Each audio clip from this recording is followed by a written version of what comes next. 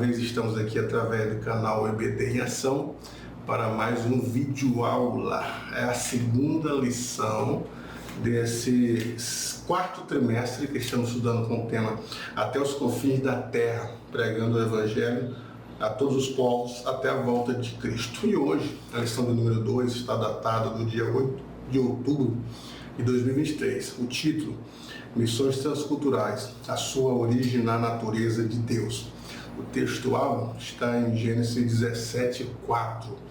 Quanto a mim, eis o meu concerto contigo é, e serás o pai de uma multidão de nações.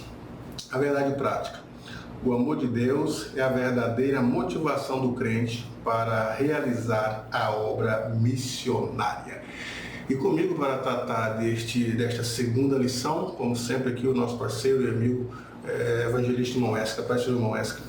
A paz do Senhor, pastor Gesiel Costa, a paz do Senhor, assinantes do canal EBD em Ação, a paz do Senhor, nossos amigos que vão nos visitar aqui durante essa semana para encontrar subsídio para essa lição de número 2.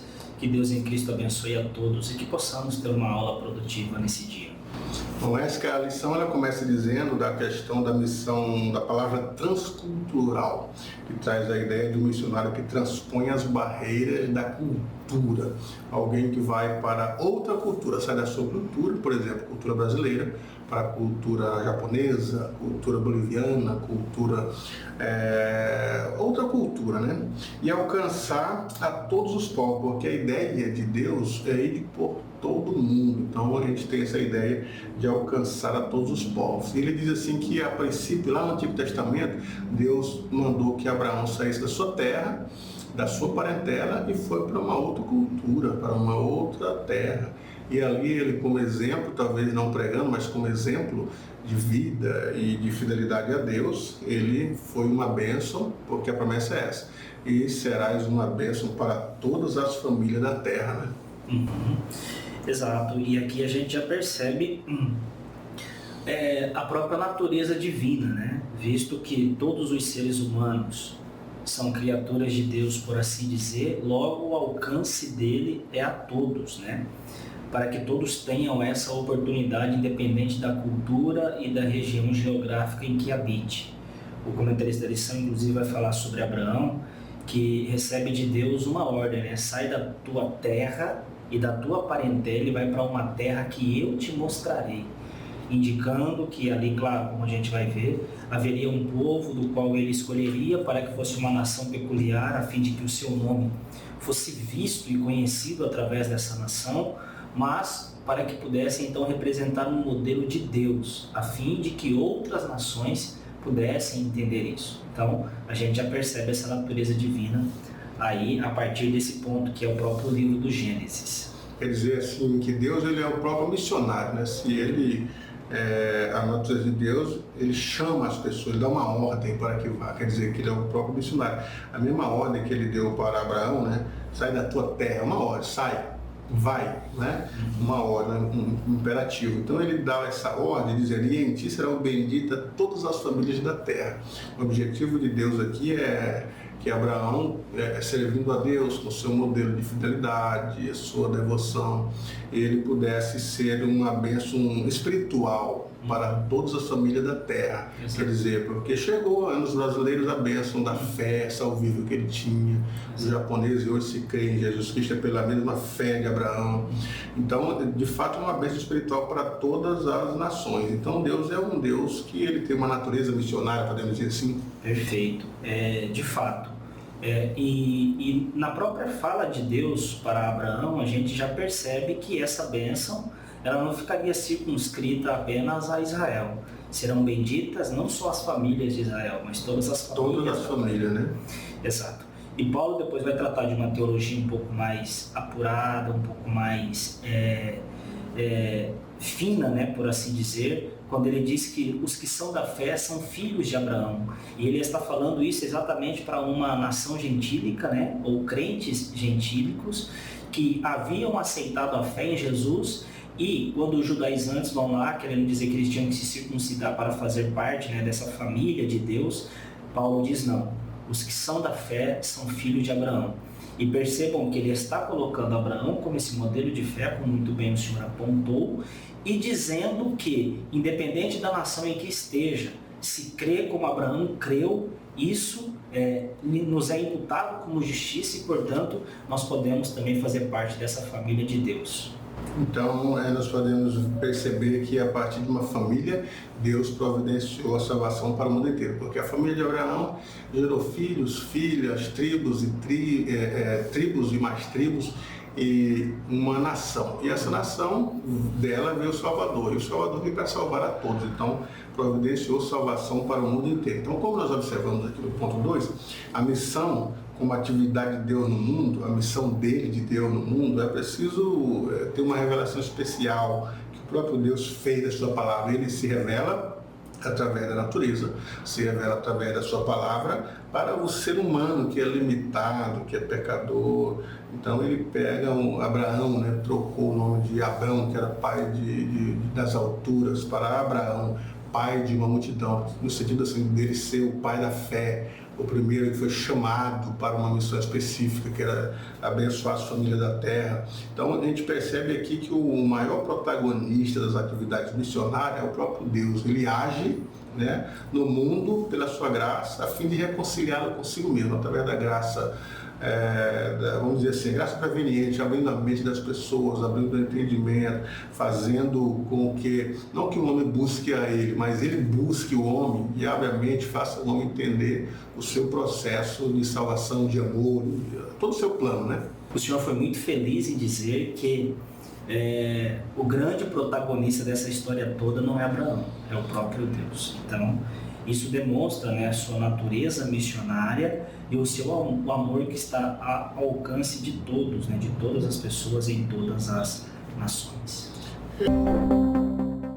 O nosso modelo missionário, o modelo missionário básico de que eles pomam para a igreja na atualidade, não se fundamenta em figuras ilustres da história da igreja, nem projetos contemporâneos, notáveis, projetos políticos. Certamente esse modelo hoje, do passado, merece atenção, os pioneiros, os projetos, Mas, contudo, nosso principal modelo de missões revela-se no próprio Deus, cuja natureza missionária nos é demonstrada no Antigo Testamento, quando ele, então, escolhe um povo, ele sendo o protagonista, o próprio Deus, ele já tinha um projeto salvífico, um projeto missionário. A primeira promessa de salvação em Gênesis. A primeira promessa de Deus é em Gênesis 3:15, que vai nascer um que esmagará a cabeça da serpente. Ele já é uma promessa de alguém que viria fazer uma missão. Qual que era a missão? Salvar a humanidade, salvar o pecador. Então o protagonista nessa história toda não são os pioneiros, não são os projetos missionários, as agências missionárias, mas a pessoa de Deus, demonstrando o seu amor, o seu interesse, o seu plano, o seu projeto de resgate, a sua missão, ele tinha uma missão, e cumprindo, colocando esse plano em execução. Então ele se torna protagonista por causa disso aí. Muito bem, e isso é interessante, visto que o plano missionário de Deus começa exatamente ali em Gênesis, quando o homem pecou e perdeu-se, Ou seja, o homem então agora estava distante e perdido de Deus. E para que esse homem fosse de volta colocado na presença de Deus, a fim de que pudesse ter comunhão, essa teria que ser uma missão de Deus, para que pudesse ter sucesso. E assim ele fez. E ele já fez isso ali, logo quando o homem caiu já. Tá certo que o plano da redenção precede ainda esse momento de queda, mas a gente já percebe ali como Deus ele trabalharia para que o homem pudesse de volta ter comunhão com ele e ser reconciliado, por assim dizer.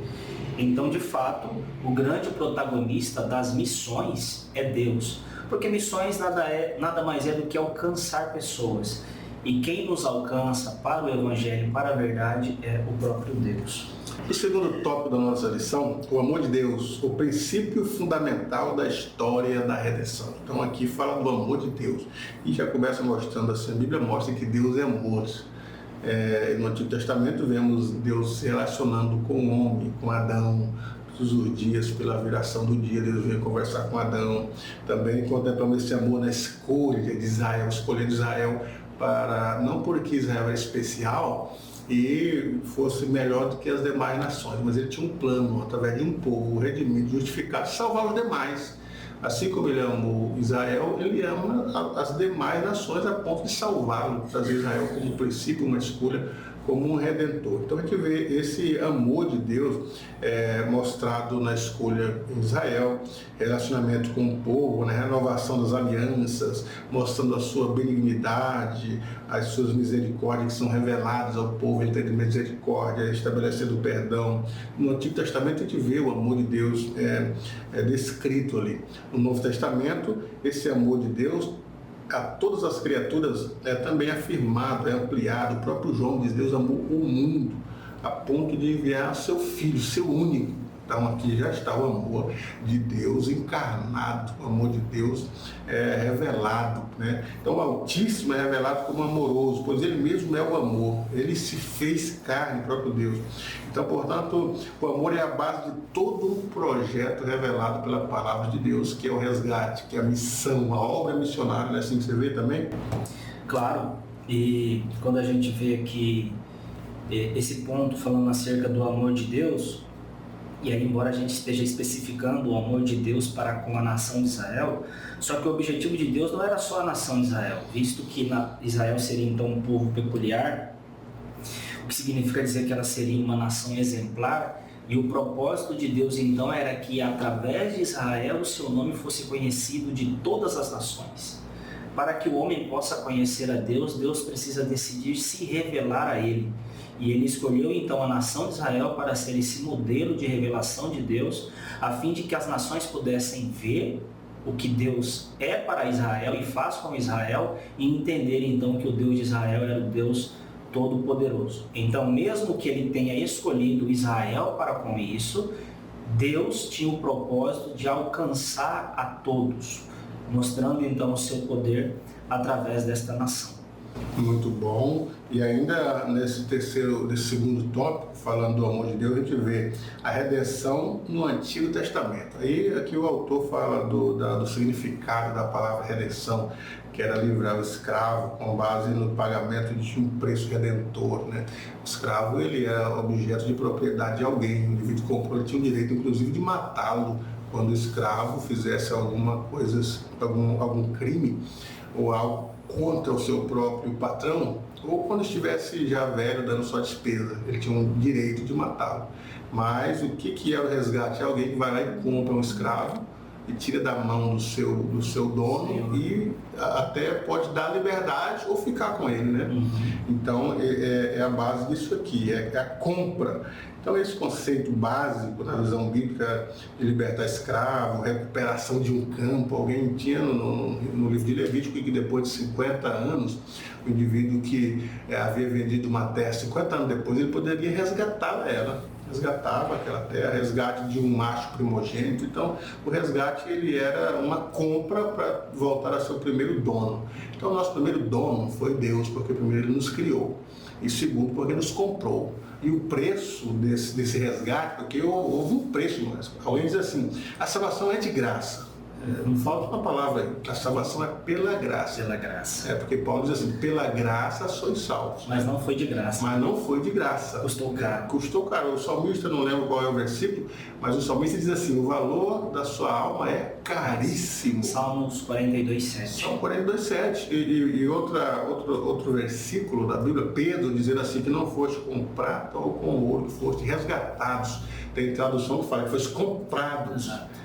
Então, quer dizer, é mais caro do que o ouro, mais caro do que a prata. Qual que é o valor do resgate? O valor de uma vida inocente, sem dever nada. É assim que você vê também o processo da redenção? Sim, e reverbera com esse posicionamento do Senhor o que o apóstolo Paulo disse: fostes comprado por bom preço. E o bom preço ali, claro, que não foi ouro nem prata, mas o precioso sangue de Jesus. Agora é impressionante como nós vemos o grande modelo do Deus libertador, do Deus remidor, o Deus resgatador, como a gente vê aqui no Antigo Testamento. Isso está muito simbolizado ali pelo que aconteceu no Egito, né? Quando o povo de Israel foi para lá levado, e eles serviram lá por 400 anos, por mais de 400 anos, e aí Deus resolveu tirá-los com mão forte de lá. Eles estavam sendo escravizados lá no Egito, e para que eles pudessem sair de lá era necessário que alguém pagasse um preço. Agora o senhor imagina, milhões de escravos lá, quem que teria o poder financeiro para resgatar todos eles? Exato. Né? E aí Deus, com o seu muito grande poder, e isso aqui é muito interessante e muito inusitado, porque geralmente para que alguém pudesse resgatar um escravo tinha que pagar. Né? E quando os israelitas saíram do Egito, as mulheres, né, na verdade, eles deram uma oferta para eles ainda. Né? Foi, deram uma oferta. Deram uma oferta para eles, que depois virou alguns utensílios do tabernáculo, inclusive. A gente percebe que eles foram tirados de lá com mão forte. Jamais eles poderiam sair de lá dessa forma, mas o poder de Deus os resgatou, os tirou de lá. E isso, claro, que aponta para Cristo, aquilo que Ele faria conosco, né, na cruz do Calvário. O pastor já disse que ninguém poderia resgatar a sua própria vida, porque o valor da sua alma é caríssimo, como disse o salmista. Então nós precisávamos que alguém pagasse essa dívida por nós, a fim de sermos resgatados. E o Senhor Jesus o fez.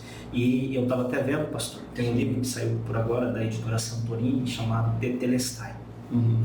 E a introdução diz assim, que a dívida mais cara do mundo, ela não foi paga com ouro nem com prata. Mas se quiser traduzir para as nossas moedas de hoje, né? Hoje a gente já fala de criptomoedas, né? Grandes transações foram feitas com criptomoedas. Hoje se vende jogador com criptomoedas. Hoje faz compras de residenciais, criptomoedas, você compra empresa, você compra, por exemplo, a rede social, o Twitter, parece que foi comprado com criptomoedas. E a maior dívida do mundo não foi paga também com criptomoeda, mas foi com o sangue do Filho de Deus, o sangue de Jesus. E Ele nos resgatou por isso. Exatamente. Então nós vemos aqui a questão da redenção, tanto no Antigo quanto no Novo. No Novo já mostra claramente, enquanto no Antigo era o resgate do escravo, o resgate do primogênito, o resgate de terras, mas no Novo Testamento, que já é o resgate de Cristo, ali é o Emmanuel, o Deus conosco, né?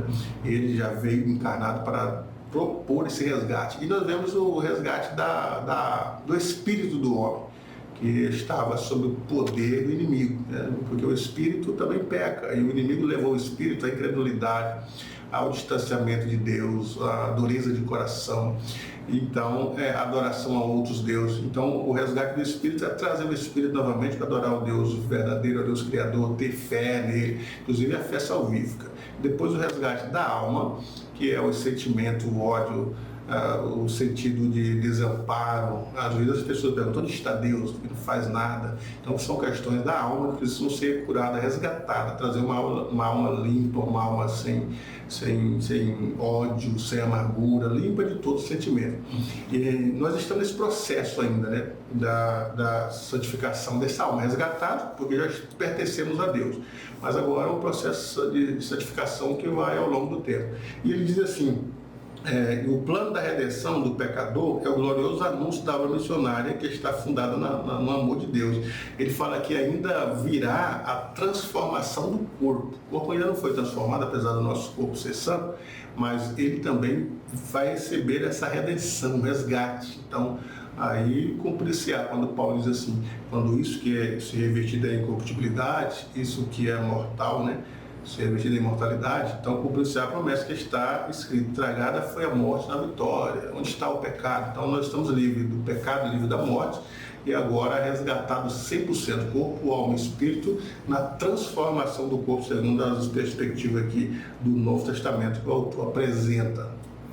Isso mesmo. E agora ele nos resgata no Novo Testamento, e é uma obra que dá continuidade ainda nessa era da igreja.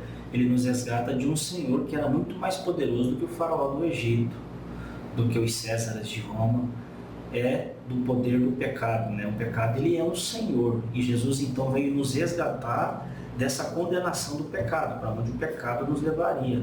O fim é a morte, como o senhor muito bem apontou. Ele veio então para nos resgatar a fim de que não estivéssemos destinados à condenação. Ele então nos libertou desse poder. O maior poder destruidor da face da terra é o poder do pecado. Ele então nos resgatou desse poder que era maior do que qualquer um de nós. Então louvemos a Cristo pela sua morte na cruz do Calvário, porque é isso que nos habilita a vencer o pecado e estarmos disponíveis para Deus. Terceiro tópico da nossa lição, a visão bíblica do caráter transcultural da missão. Aí vem um Deus missionário. O Antigo Testamento revela um Deus missionário. No livro de Gênesis, Deus trata não somente com uma nação específica, mas com toda a humanidade. A queda do homem, o dilúvio, a eleição de um povo para abençoar a todos os demais após a grande tribulação. Então, nesses textos, a falha do homem está caracterizada bem como o juiz de Deus e a sua promessa. Assim, o Deus missionário estabeleceu uma estratégia de abençoar a todos os povos por meio de Abraão, que abençoarei os que te abençoarem, e em ti serão benditas todas as famílias da terra. Um Deus missionário, trazendo aqui a vida de Abraão para uma vida de obediência e de fidelidade, para que a família de Abraão o seguisse e, através da família de Abraão, as demais famílias fossem abençoadas. A bênção, quando Deus diz assim, mestre, olha as estrelas do céu, e assim será a tua descendência. Conte a areia do mar, assim será a tua descendência. Alguns estudiosos dizem assim, que as estrelas do céu é uma referência à bênção espiritual, a todas as famílias. As areias do mar é uma bênção material, literalmente, para os descendentes de Abraão. Todos os descendentes de Abraão, que estão no Oriente, os árabes e os demais, eles são prósperos materialmente por causa dessa bênção. Alguns estudiosos têm essa perspectiva aí. Isso mesmo. Eu também acredito que sim, talvez esteja fazendo sim referência a essas questões da bênção espiritual e também da bênção material, tanto que a gente vê, por exemplo, a nação de Israel, uma das nações, muito embora pequena, mas muito rica, né? Sim. Uma nação que produz muita coisa, uma nação que desenvolve tecnologias que é usada no mundo todo. Uma das principais economias do mundo, né? Uma das principais economias do mundo, mesmo sendo tão pequeno, tem ali uma preparação bélica muito, muito bem reconhecida, né? Uhum. Onde muitos países, inclusive, se utilizam disso. Então, a gente percebe que, de fato, Israel, há sobre ele uma bênção que Deus assim dispensou. E isso revela-nos, né, até esse ponto. Israel é um canal de bênção para todas as nações. Israel é um canal de bênção, ou um canal onde Deus é conhecido, onde Deus é propagado para todas as nações. É interessante a gente observar aqui também que o próprio Senhor Jesus Cristo disse que a salvação vem dos judeus. Então, dos judeus foi que brotou ali a salvação para que todos, de todas as nações, de todos os povos, pudessem ser alcançados. E é claro que nós estamos falando aqui de Jesus, que não devemos nos esquecer, que muito embora Abraão seja um israelita, um judeu muito proeminente, por assim dizer, é claro, né, que judeu não, mas hebreu sim, portanto ele é o pai, né, de toda a nação de Israel. Moisés é uma figura muito proeminente, Davi também muito proeminente, mas o personagem mais destacado de todo Israel, de todo Judá, é o Senhor Jesus Cristo, e é nele que nós encontramos a salvação da nossa alma. E por isso que Abraão seria aquele pelo qual o nome de Deus seria propagado e todas as famílias da terra seriam abençoadas, porque ele é um descendente de Abraão, um descendente de Davi, e esse descendente de Abraão e de Davi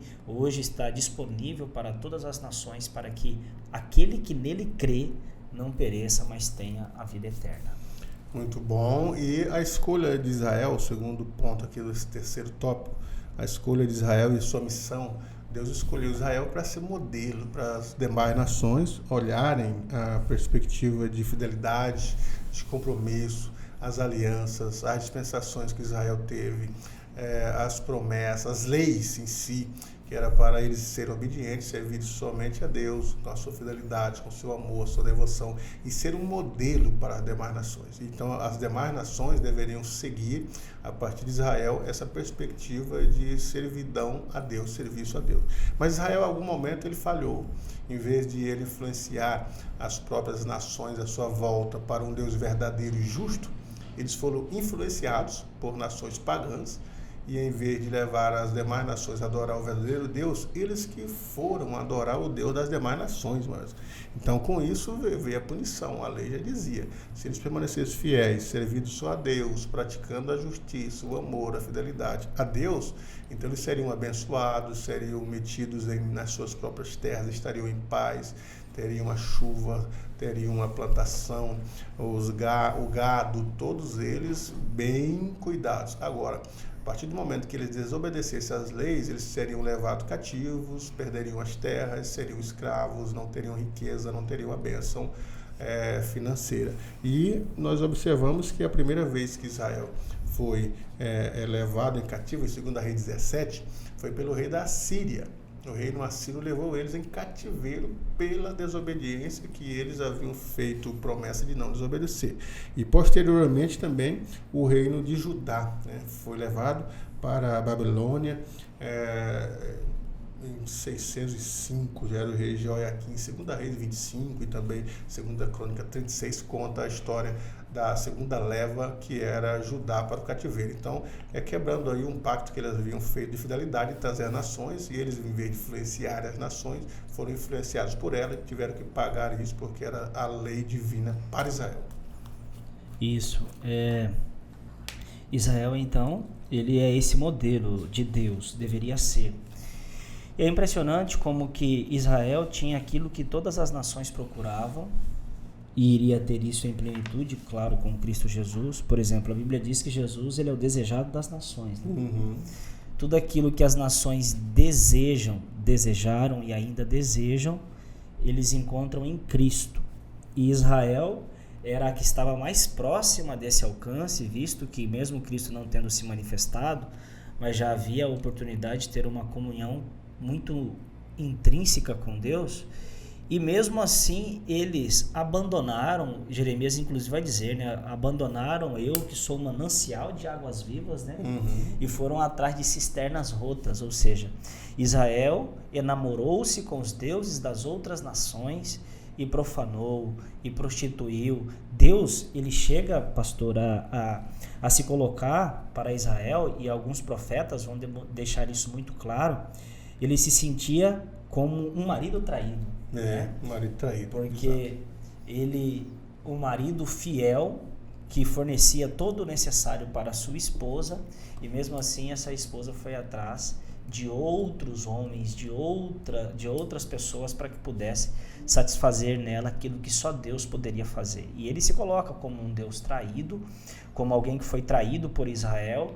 Mesmo assim, ele, com seu muito amor e misericórdia, que o próprio Jeremias vai dizer agora já no livro das Lamentações, que as misericórdias do Senhor são as causas de nós não sermos consumidos, e aí ele oferece então outra oportunidade para Israel, a fim de que Israel pudesse, né, ser restaurado.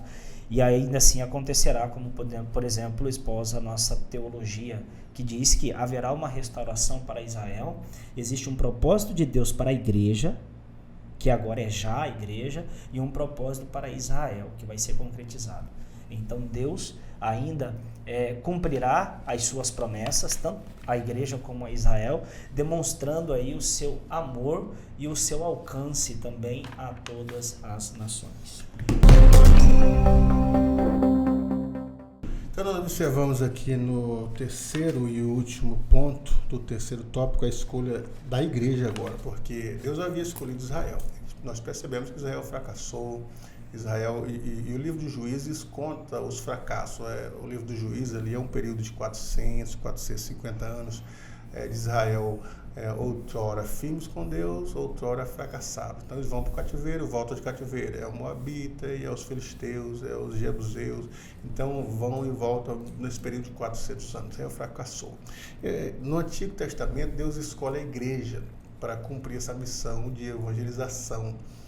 Logo após Jesus Cristo morrer na cruz, instituir a sua igreja, ele falou uma das suas últimas palavras: ide por todo mundo, pregue o evangelho a toda criatura. Quem crê e foi batizado será salvo, quem não crê será condenado. E ele disse então para aqueles discípulos que ele havia escolhidos e para aquela multidão que estava próxima, perto dele ali no Monte das Oliveiras, Paulo disse que era mais de 500 irmãos, ele disse assim: permanecei em Jerusalém até que do alto sejais revestidos de poder. Aí ele conta: e ser-me-eis testemunha em Jerusalém, como na Judéia, como em Samaria, e até os confins da terra. Então ele escolhe a igreja e disse: ide, deu a ordem missionária. Então recai agora na nova aliança sobre a responsabilidade da igreja, a autoridade, o poder e a responsabilidade de ir e pregar, de ir evangelizar, de ir e fazer discípulo. E a igreja, como o próprio Cristo diz, a igreja herdou essa incumbência de ser o sal da terra e a luz do mundo. Então o sal é aquele que faz a diferença. A luz é aquele que aparece como algo diferente nas trevas. Então a igreja tem essa incumbência herdada por Deus, essa missão da evangelização missionária. Perfeito. E tanto enquanto missão e também enquanto alcançados. Paulo diz que a parede de separação foi quebrada e Deus fez de ambos os povos, considerando aqui judeus e gentios, que gentios compete todas aquelas nações que não são ou não fazem parte da nação de Judá ou de Israel, todos foram alcançados, de sorte que agora há um só Deus e um só povo, onde ele considera, por exemplo, a igreja. E agora ele faz dessa igreja também uma agência missionária. Se Israel tinha lá o dever de, enquanto nação, ter um modelo exclusivo que fosse um sinal de que Deus existe, que Deus habita entre o seu povo, agora a igreja tem essa missão. Uma missão muito mais proselitista do que o próprio Israel. Israel estava mais circunscrito ali a ideia de que as nações olhariam e então ia lá alguém para fazer parte daquela nação. A igreja não, agora a igreja vai, né? Ela foi enviada. Jesus a comissionou para isso, para que ela vá e faça discípulo das nações, ou seja, não é trazer para cá, é fazer discípulos lá nas nações. E pregando o evangelho, ensinai e fazer discípulos de todas as nações, para que aqueles discípulos naquelas nações possam fazer mais discípulos e esse processo acontecendo de novo, o reino de Deus possa expandir e crescer. E assim a gente percebe, né, já concluindo aqui para a nossa lição, que vimos a natureza missionária de Deus, de escolher Abraão, de escolher um povo, de escolher a igreja. E hoje nós estamos vivendo esse período da igreja, que repousa sobre ela essa incumbência de ir evangelizar. Nós precisamos levar isso a sério, evangelizar, falar para os vizinhos, para os amigos, hoje nas redes sociais, de todas as formas, para que as pessoas sejam alcançadas com a obra missionária, com a evangelização. A gente percebe, falando sobre o pentecostalismo, que todos os pioneiros pentecostais tinham essa chamada missionária. Eles iam para mostrar ou revelar para as demais pessoas aquilo que eles haviam descoberto, experimentado, e queriam que os demais também fossem alcançados por essa alegria, esse poder, esta transformação. Muito bem, é isso aí. Então, chegamos ao final aí de mais uma lição, né? Entendendo então o propósito missionário de Deus, que a ideia de uma missão transcultural não é uma prerrogativa só do Novo Testamento, mas também do Antigo, que Deus tinha o propósito de alcançar todas aquelas nações ali. Então chegamos ao final de mais uma lição, a lição de número 2, e na próxima lição, na lição 3, falaremos sobre missões transculturais no Antigo Testamento. Não perca a próxima lição. E você que não é inscrito no canal, inscreva-se no canal EBD em Ação. Dê um like, comente ali, que nós estaremos respondendo o seu comentário. E os demais, uma boa aula para você, professor. Deus em Cristo abençoe a todos.